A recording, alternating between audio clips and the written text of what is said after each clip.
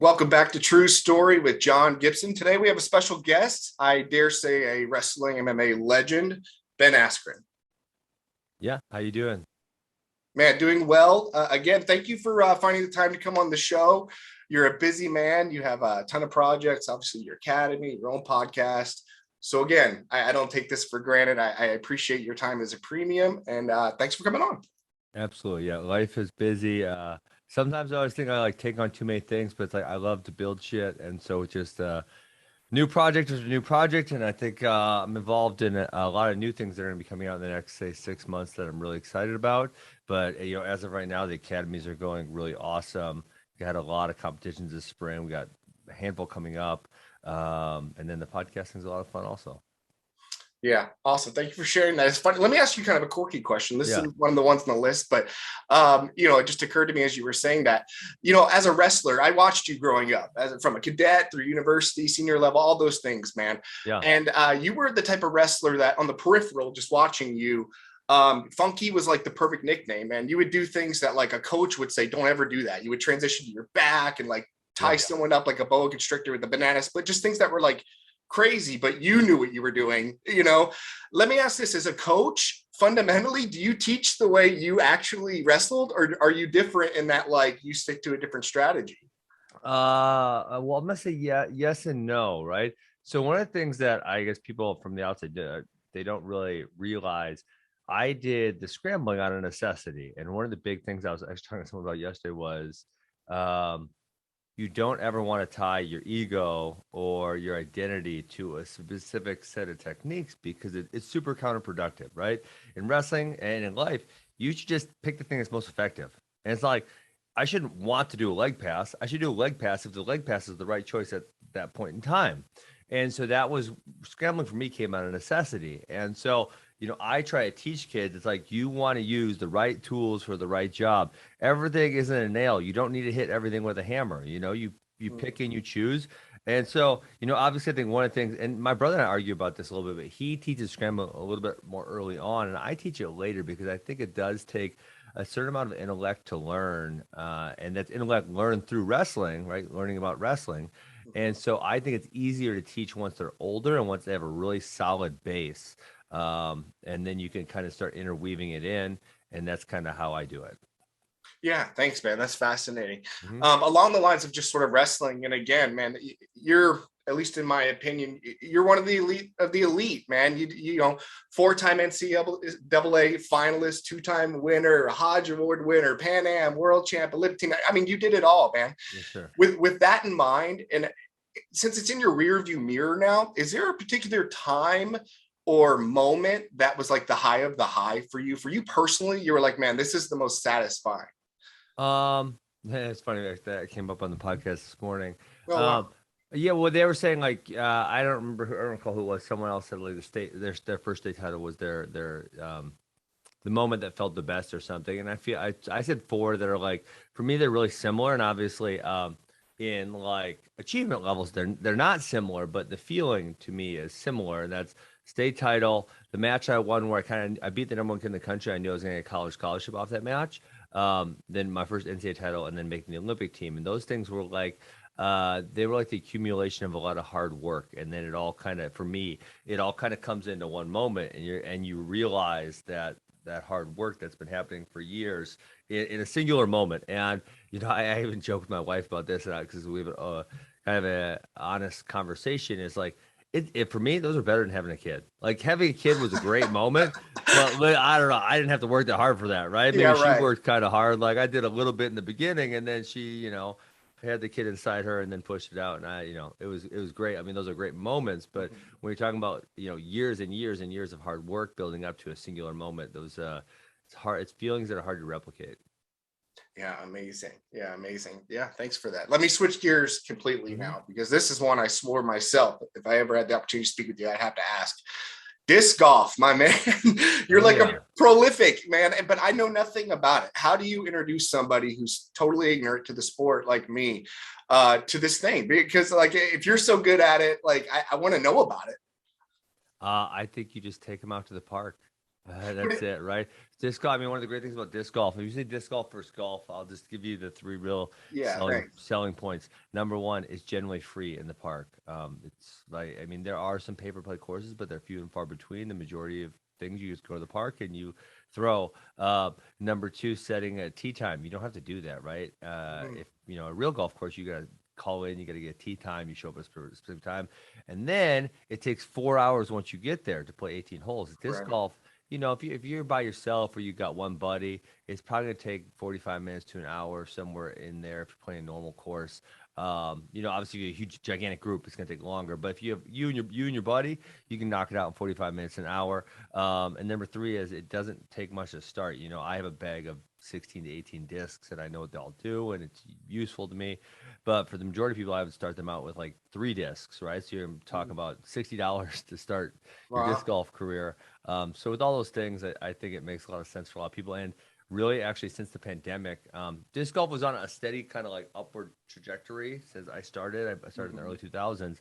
But Corona, because of all those factors where you got to go outside, it was free, blah, blah, blah, blah, blah. A lot of other things were shut down, whereas the disc golf's just in the park, right? So they couldn't shut it down. The disc golf went like that. It was really insane. Like Yeah. the disc manufacturers couldn't make enough discs to keep up with the demand, like really wild. Yeah, absolutely. Again, just like as a normal everyday guy, it became on my peripheral probably early 2000s. And then I was like, then I heard you were someone notable that was doing it. And I was like, let me look into this. And then in Tennessee, they built a course. Like it was just happening. I live in Chicago now. There was an indoor one here. And There's yeah, a and lot I'm of not even disc. much of a There's not much great disc golf in the Chicago area. There's a lot of disc golf in the Chicago area, though. Like there is yeah. a crap ton of courses. None of them are that great. I'm actually going to play one in a couple weeks. Oh, what the hell is it called? Hold on, I'll find it real quick. I'm Yeah. driving to the Junior World Team Trials for 20 and under, and there's this course that I've wanted to play for a really long time because it's I think it might be the best rated one in Illinois. Oh, cool. Oh, it's in Joliet or Lockport, somewhere right there. Was it? I can't remember the name right now. I will. It'll come to me at some point. Yeah, it'll come. It'll. So how did you discover it? How did you discover disc golf? The first was actually we were, I don't call it skipping school. I was in quite a few AP classes, Mm, and AP classes finish in May, right, along with like a college schedule. And mhm. our in Wisconsin, they don't start till after Labor Day, so we don't finish till like almost mid-June, you know. So it's this really weird thing where they got to keep you in class, but like you don't do anything. Right. So it's like it's stupid. I don't want to sit in there. So I had them back to back to back. I had 3 AP classes, right? Because I was kind of, I don't know, overachiever or whatever. Yeah. And so it's Maybe a like, little dude, smart. I don't need to go to school to sit here for 4 hours. You to just tell me to sit there, and you're not gonna really teach me anything because the class is over, you know. So me and a couple buddies in the classes, we would go out and play disc golf. Um, and then when I went to college, a lot of the guys on the team there played it, and yeah, I just kind of fell in love with it. Man, it's so cool. Well, I'll check out the course. Either way, I'll Google it myself, and that'll be my What first what step. suburb do you live in? So I'm actually close to the city. I'm pretty much in the city, but it's Logan Okay. Square, if you're familiar with the Yeah, I've area. heard that. There's probably no disc golf down there, and you need a little more space. Exactly. Right. We need like land. Yeah, Yeah, that's exactly right.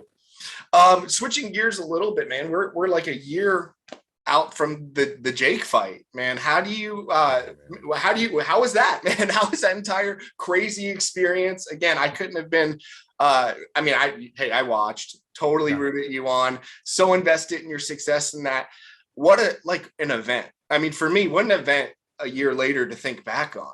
And like Jake's got Yeah. talent, like undeniable there. I don't like the guy, I don't think. But I mean, how do you kind of reconcile the experience here a year later? Yeah. Okay. So it's called the Canyons in Lockport, is what it's called. Thank you, my man. Yes. So you know it's a really nice one. So maybe start an easy one first. I mean, I don't know. I try to not think about it because obviously it didn't go the way I wanted to. I actually kind of think I have this propensity to like I love competing. So I think they said, "Hey, let's do it," and I said, "Yeah, okay, let's do it. Sounds like fun." Yeah, and yes. To the unfortunate part is he seems to be better than everyone anticipated. You know, when I took the fight, I had no idea how good he was. I kind of thought he kind of sucked, and he doesn't totally suck. So yeah, it's really unfortunate. Yeah, I understand. But we learned. We all kind of learned.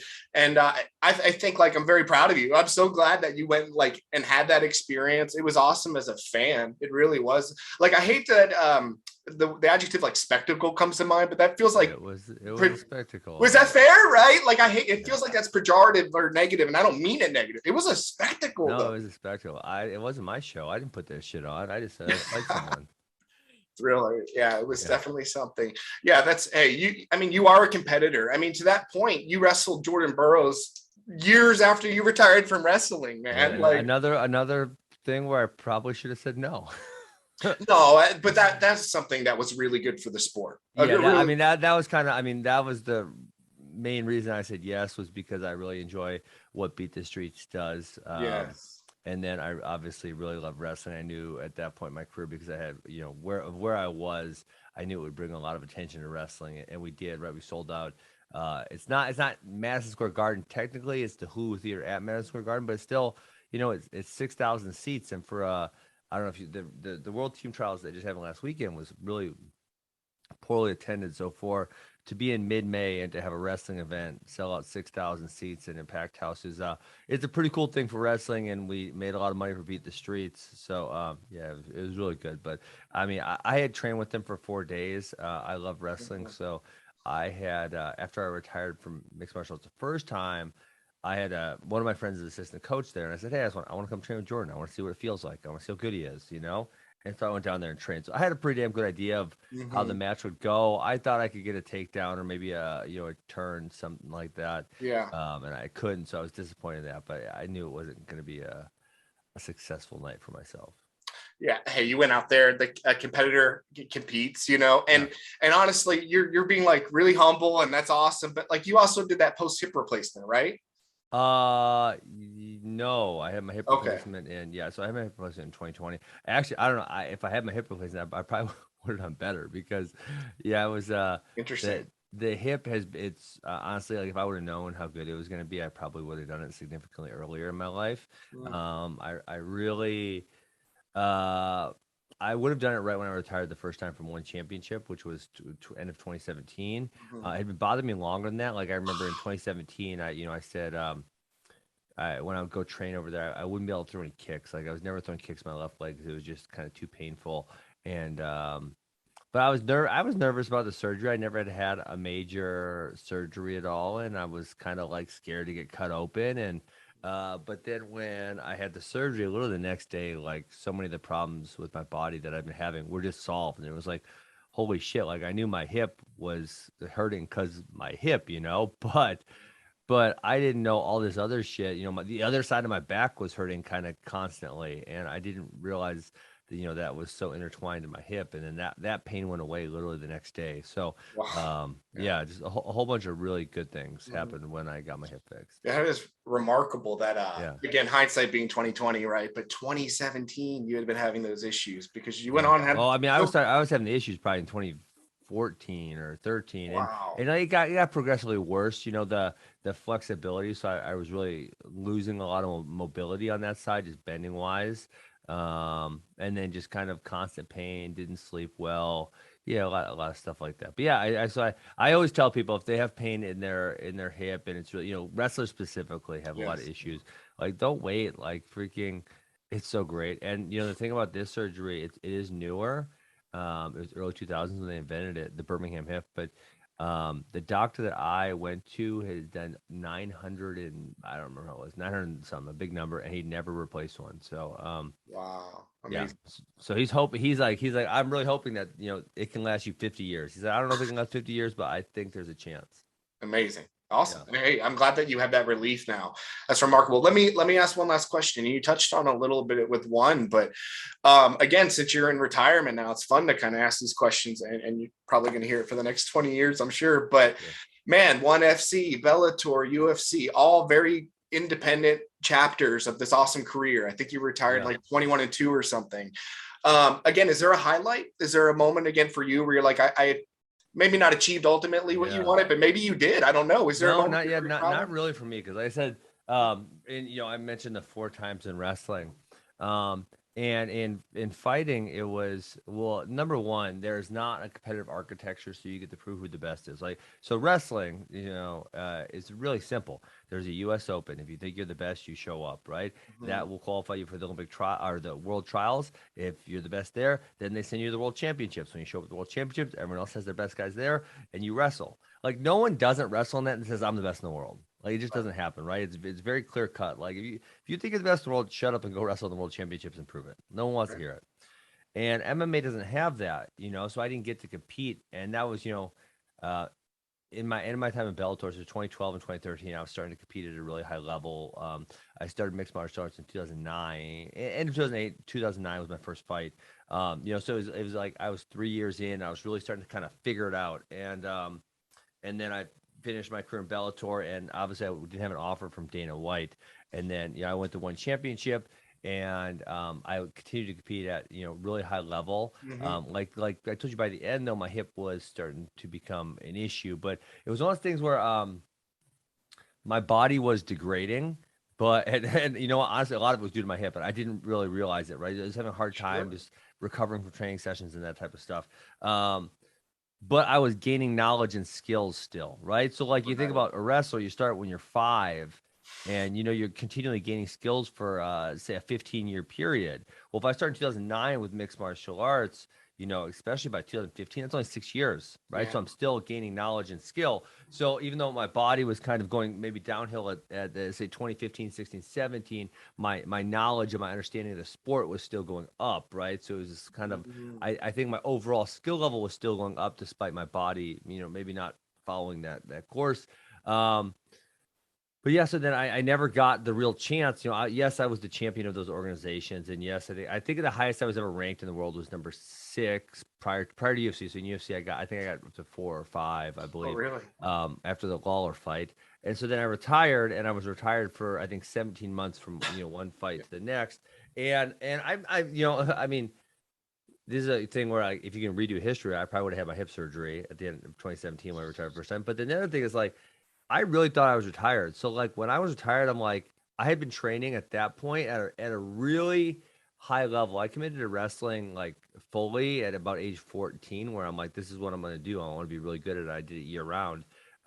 So I had been competing at a kind of a year-round level for 20 years with no Right. break. You And had a so when I lifetime of retired, a grind. Yeah. yeah, so when I retired, I said, I'm fucking retired. Like Yeah. I'm retired. I'm legit. I'm gonna go eat ice cream. I'm not gonna train that much. I'm not, and it hurt also. My hip wasn't feeling good, so it kind of hurt too. And so like I like did yoga. I wrestled with some kids at the academy to help them, and that was like it. Like I legit retired. And Mhm. so then um, when they called me out of retirement in, when the trade thing happened, which was October of, I think it kind of the talk started in October of 2018. I've been off for almost 10 months. And so it's Mhm. like I was way out of competitive form because Yeah. when I said retired, I meant it. I wasn't like faking it. Whoever thought a trade would happen, it's still to this day the only trade to ever happen in mixed martial It arts. was remarkable. Yeah. I mean, So wow. Yeah. yeah, so I had to start from not scratch would be the right thing, but I was starting, kind of way out of shape and then trying to come back into shape. And so had I known that a trade was going to happen, I probably would have just continued to train and stayed in a really like, high physical form. And then when I would have got traded, I would have been, more ready for that. That makes sense. But man, did you take advantage of that opportunity? You were thrown into the mix immediately. You were at the huge Yeah. press conferences with all the stars.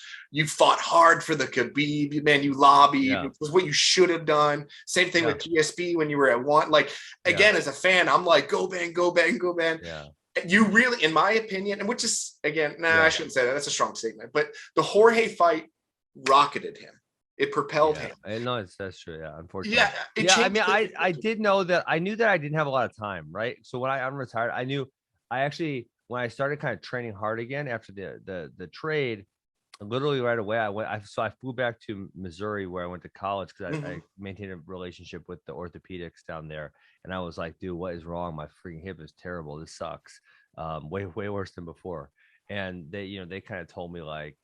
Um, just deal with it for as long as you can, and then we'll see if we can do something. And then actually, after my Masvidal fight, I went down there again and I said, hey, is there anything like I was thinking maybe there's a more minor procedure that they could do to relieve the pain and give me mobility back.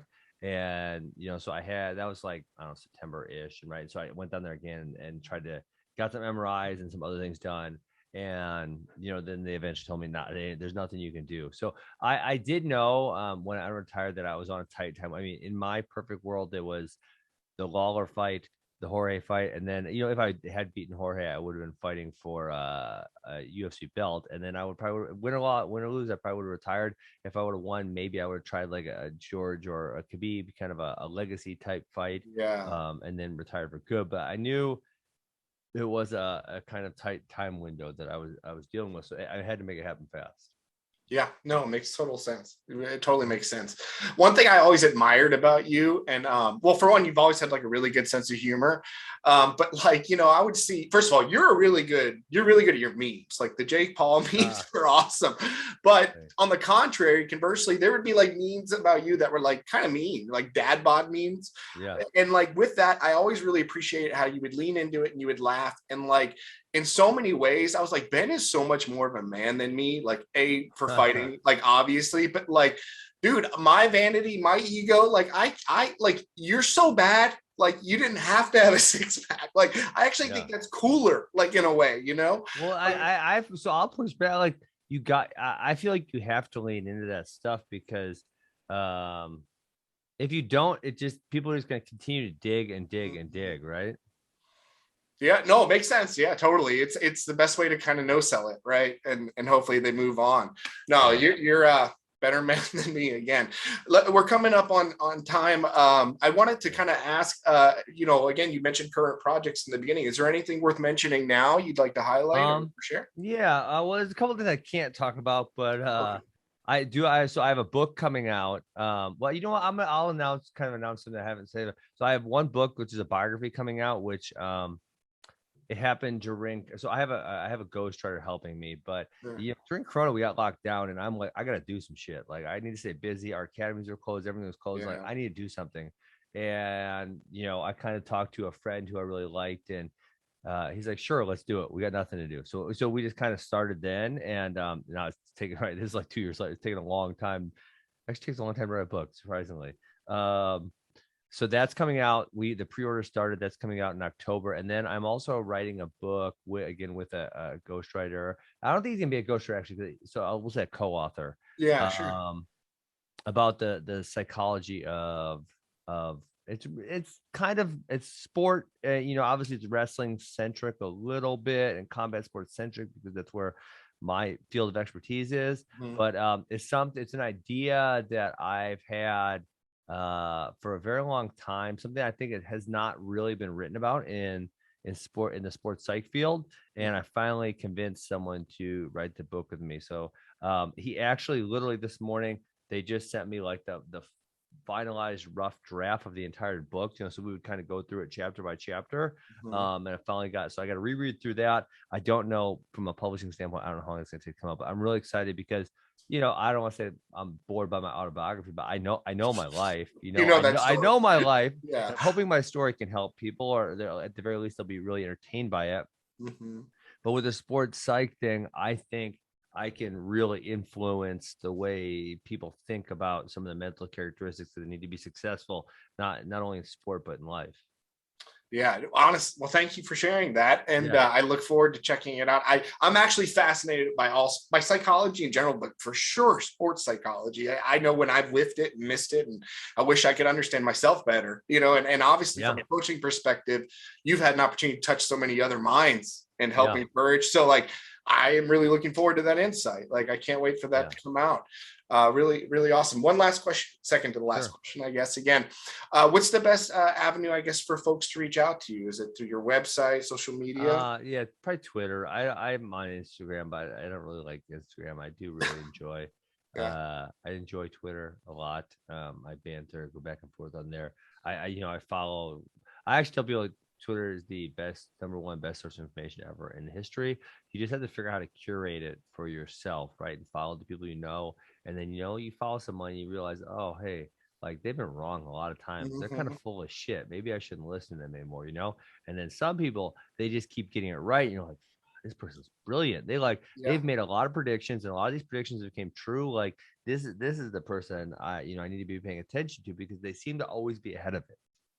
Yeah, no, I agree. Twitter, it's so funny how it's polarizing in that way. Like it's exactly. It's like such an amazing source of information. It's like news can be instant, but is it real?